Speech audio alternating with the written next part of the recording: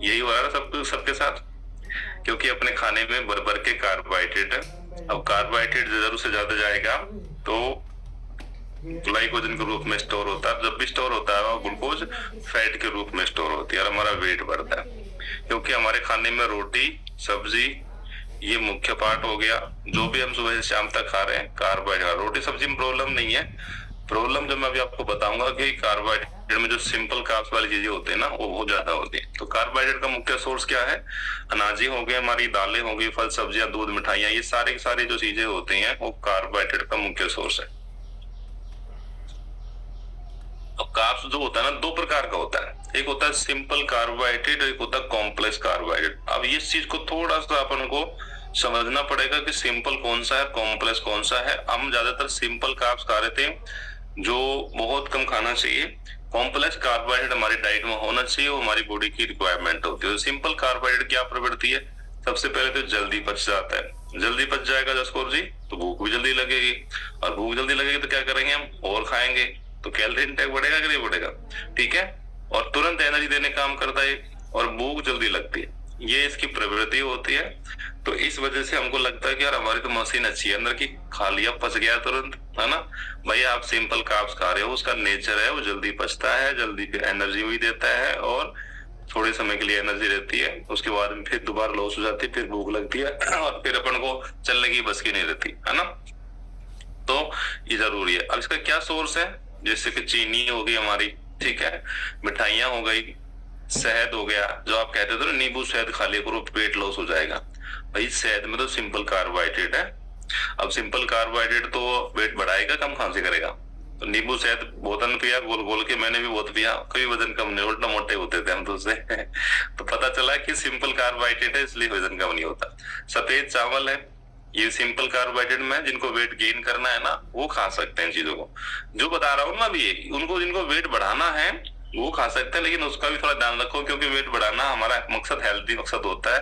High glycaemic वाली चीजें आप नहीं खाएं तो ज्यादा अच्छी है ना। सफेद चावल हो गया, मैदा हो गया, सफेद ब्रेड होगी, कोल्ड ड्रिंक, पैकेज जूस, चाय, कॉफी चीनी डाल के दबा के बनाते हैं, ये भी सिंपल कार्ब्स में आती है। और फल और दूध में भी सिंपल कार्ब्स होता है। लेकिन फल में अच्छी बात क्या है, फल और दूधों के अंदर अच्छी बात क्या है कि इनके अंदर फाइबर मिल जाता है, विटामिन मिनरल्स मिल जाते हैं, तो ये नुकसान नहीं करते, ये फायदा करते हैं। सिंपल कार्ब्स में है लेकिन इनके अंदर और बहुत सारी चीजें मिलती है, ये हमें नुकसान नहीं करती, ये बेनिफिट करते हैं। तो ये सारी की सारी चीजें हमारे सिंपल कार्बोहाइड्रेट में आते हैं। लेकिन सबसे ज्यादा जो नुकसान करती है हमारी बॉडी में वो होते हैं रिफाइनरी कार्बोहाइड्रेट। मैंने आपको डे 1 बताया था, नहीं डे 2 में बताया था मैंने आपको कि हमारे थाली के अंदर कुछ चीजों की मात्रा जरूरत से ज्यादा है और कुछ चीजों में की कमी है। तो जरूरत से ज्यादा कौन सी चीज? Refinery carbohydrate. रिफाइनरी कार्बोहाइड्रेट जो प्रोसेस चीजें होती हैं वो सबसे ज्यादा नुकसान करती है। गोमती जी स्क्रीन पे नहीं हो आप, कैसे वेट को मेंटेन रखोगे बताओ? अनिता बुधराम जी ज्वाइन कर लिया, अच्छी बात है। स्क्रीन पे कौन रहेगा भाई? पीछे बहुत सारे स्क्रीन से गायब हो रखे हैं, क्या ही फायदा ज्वाइन करने का? लीव कर लिया करो आराम से, है ना। परेशान हो तो काम का। सेहत अच्छी, सेहत उन्हीं की अच्छी होती है प्रियंका जी जो सिंसियर है अपने सेहत के प्रति। ओके, तो जो रिफाइनरी कार्बोहाइड्रेट होता है जैसे मैदा और उससे बनी हुई चीज जो आइटम होते हैं ये सारे इसी चीज के अंदर आते हैं। ये हमारी बॉडी को सिर्फ खोखली कैलोरी जो कैलोरी है, एनर्जी है वो दे रहे हैं, कोई पोषण नहीं दे रहा।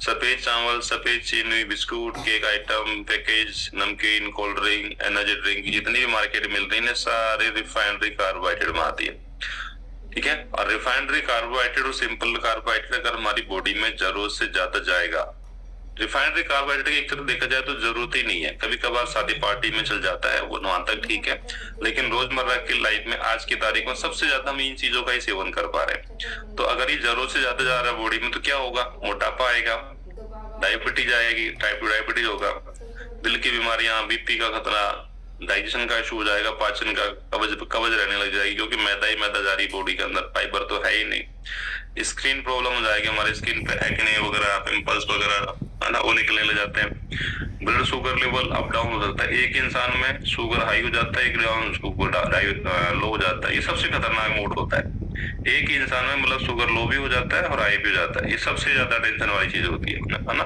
मूड स्विंग की प्रॉब्लम, डिप्रेशन, अवसाद की प्रॉब्लम, ये सारी की सारी चीजें हमारे सिंपल कार्बोहाइड्रेट की वजह से होती है। अब अपने बीच में एक कम्युनिटी में अमन नाम का बच्चा है, सभी जानते हैं, लगभग जानती है होंगी, इस पर शरारती है, अभी भी ज्वाइन है लेकिन पता नहीं वीडियो पर रख रखा नहीं, है ना। तो ये ज्यादातर जो है ना मोमोज चाउमीन वगैरह बाहर के जो बच्चे खाते हैं, मोमोज चाउमीन, जो लोग हलवाई का काम करते होंगे या बनाते होंगे उनको पता होगा, अजीनोमोटो नाम का केमिकल यूज करते हैं। नंगी आंखों से चीनी की तरह दिखाई देता है, टेस्ट करने के बाद फीका फीका लगता है, कुछ होता नहीं है। वो क्या करता है, वो केमिकल जब उसमें डालते हैं तो वो स्वाद बढ़ाता है उसका, और जब बॉडी खाते हैं तो हमारे ब्रेन में डोपामाइन जाता है, हैप्पी हार्मोन रिलीज होते हैं, मजा आ गया भाई।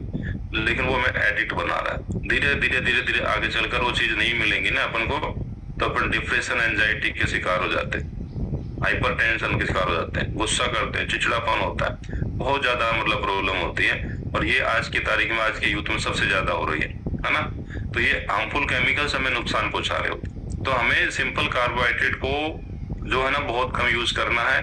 कॉम्प्लेक्स कार्बोहाइड्रेट जिसके अंदर फाइबर इंक्लूड है, फाइबर पूनम जाजी अलग से नहीं है, फाइबर भी कार्बोहाइड्रेट का पार्ट है, वो कॉम्प्लेक्स कार्ब्स में आता है, जो अच्छे वाले कार्ब्स होते हैं। तो आप समझ लीजिए कॉम्प्लेक्स कार्बोहाइड्रेट बोल सकते हैं, या जटिल कार्बोहाइड्रेट बोल सकते हैं, या अच्छे कार्बोहाइड्रेट बोल सकते हैं। क्या विशेषता है इनकी, ये धीरे धीरे पचते हैं, लंबे समय तक अपनी बॉडी को एनर्जी देते हैं, और इनके अंदर फाइबर भी इंक्लूड होता है। और फाइबर इंक्लूड होगा तो क्या क्या बेनिफिट होगा फाइबर का, कोलेस्ट्रॉल लेवल मेंटेन रहेगा, शुगर लेवल मेंटेन रहेगा, बीपी लेवल मेंटेन रहेगा, और पेट की आंतों की सफाई भी अच्छे से होगी, और मोशन हमारा अच्छे से पास होता है ना। तो ये खास बात होती है हमारे कॉम्प्लेक्स कार्बोहाइड्रेट की, अच्छे वाले की। अब क्या सोर्स है इसके, साबुत अनाज हो गए, ओट्स हो गया, ब्राउन राइस, गेहूं, जौ, ये सारे के सारे हमारे सिंपल कार्बोहाइड्रेट में आते हैं, जो हमें यूज करने चाहिए, है ना। दालें में मूंग हो गई, चना हो गई, राजमा हो गई, सब्जियां में शकरकंद, गाजर, मक्का की सब्जी हो गई, फल में जो फाइबर होते सभी के अंदर, सेव, अमरूद, नाशपाती, बेरीज, पपीता, ये सारे सारे सिंपल कार्बोहाइड्रेट में, सॉरी कॉम्प्लेक्स कार्बोहाइड्रेट में आते हैं। अब क्या क्या बेनिफिट होते हैं कॉम्प्लेक्स कार्बोहाइड्रेट हमारी थाली में होना चाहिए। सबसे पहले तो ब्लड शुगर लेवल कंट्रोल में रहता है, ठीक है, क्योंकि इसमें फाइबर है।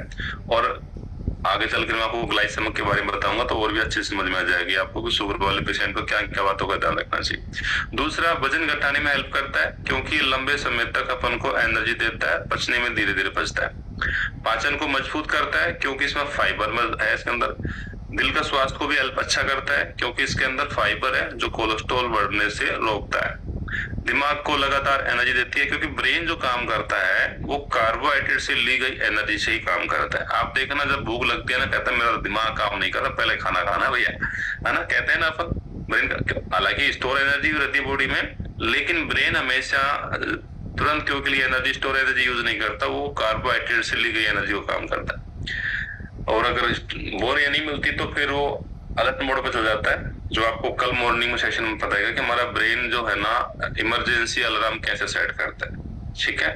कोई भी अचानक कोई भी घटना आपके सामने घट रही तो आपकी बॉडी ऑटोमेटिक, कमांड की जरूरत नहीं, ऑटोमेटिक रिएक्ट करने लग जाती है। वो होती है इमरजेंसी अलार्म सिस्टम, जो हमारी बॉडी में मौजूद होता है। तो उस टॉपिक में कल बात करने वाले हैं अपन। तो दिमाग को लगातार एनर्जी यहीं से मिलती है। इंसुलिन जो रेजिस्टेंस जो होता है उसकी पॉसिबिलिटी कम हो जाती है ना। इम्यूनिटी सिस्टम हमारा मजबूत रहता है, क्योंकि इसके अंदर फाइबर के साथ में विटामिन और मिनरल्स हमारे को मिल जाते हैं। तो हमारी डाइट में सिंपल कार्बोहाइड्रेट थोड़ी मात्रा में खा सकते हैं अपन। कॉम्प्लेक्स कार्बोहाइड्रेट का मेजर पार्ट होना चाहिए। रिफाइनरी कार्ब से बनने वाली चीजें कुछ भी नहीं खानी। वो प्रोसेस चीज होती है, वो बहुत ज्यादा नुकसान करती है।